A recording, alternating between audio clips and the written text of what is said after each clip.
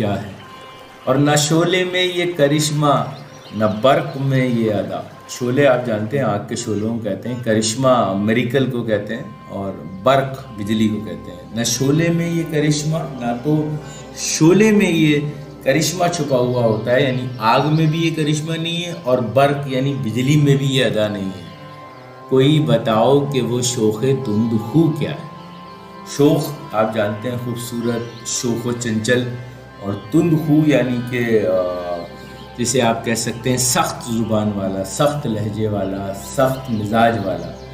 تو غالب اپنے محبوب کی جو سخت مزاجی ہے اس کو بھی شوخی کے پیرائے میں لپیٹ کر خوبی کے طور پہ بیان کر رہے ہیں، اور پھر اس کی مثال کے طور پہ یہ کہہ رہے ہیں کہ نہ تو شعلے میں یعنی آگ میں بھی یہ کرشمہ نہیں ہے جو میرے محبوب کا ہے، اور نہ ہی بجلی میں یہ ادا ہے جو میرے محبوب کی ہے۔ تو کوئی